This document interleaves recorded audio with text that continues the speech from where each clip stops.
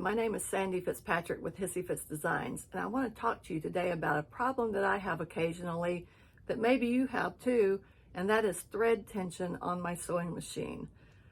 Usually whenever I get ready to start a project, whether it's machine applique or free motion quilting, I'll actually sit down at my machine with a sample piece of fabric and try out what I'm going to be working on that day, so that if my machine is giving me some issues, maybe it's not happy that day, maybe it doesn't like the thread I'm using, but maybe even the tension is off.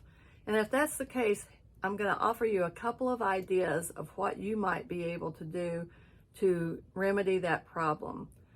Sometimes I like to use a different color thread in the top of my machine than I have in my bobbin.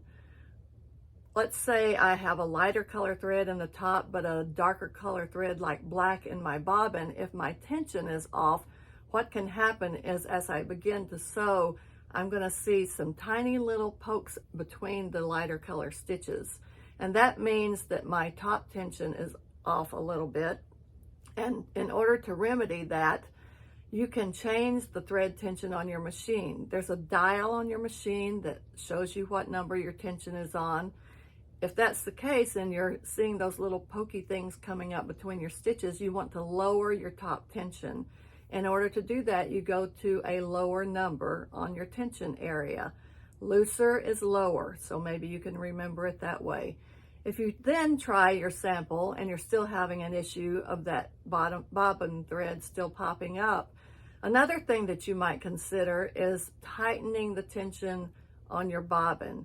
Now, we all have different types of machines and different ways of handling that, but I'm going to show you if you have a machine that has a front-loading bobbin, which has a bobbin case that looks very similar to this. There's a stitch finger on this bobbin case. What I've done here is there's a hole in the top of this stitch finger, and it allows me then to take my bobbin thread it from the back side and out the front of the bobbin case area.